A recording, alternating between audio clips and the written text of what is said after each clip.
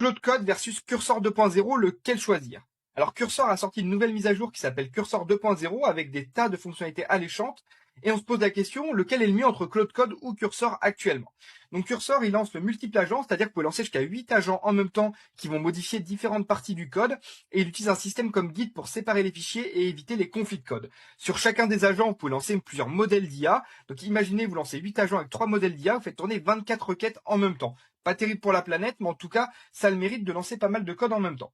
Ensuite, il y a Composer. Ils ont amélioré leur modèle d'IA, c'est-à-dire qu'on va pouvoir directement avoir un modèle plus performant qui ne dépend pas de Claude ou de ChatGPT. À vrai dire, c'est surtout pour eux que c'est intéressant. Ça évite commercialement d'être bloqué par les prix que vont proposer ces deux géants-là.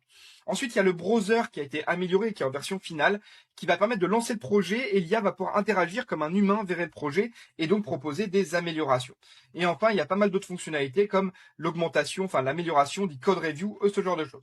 Donc maintenant, lequel est le mieux entre Claude Code et Cursor 2.0? Eh bien, pour ma part, je préfère encore largement Claude Code, qui je trouve est plus efficace et encore plus axé développeur. Là, on rentre dans un truc où il y a directement un modèle commercial, où on lance plein d'agents, etc. C'est plus pour les débutants.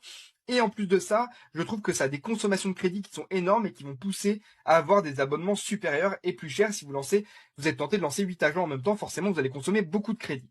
Bref, en tout cas, les deux permettent d'aller beaucoup plus vite et de coder beaucoup plus rapidement. Mais maintenant, lequel est le mieux? Moi, pour mon avis, actuellement, c'est encore Claude Code. Abonne-toi pour plus de vidéos, mets un commentaire si tu as des questions. C'était Keep Dev. Ciao!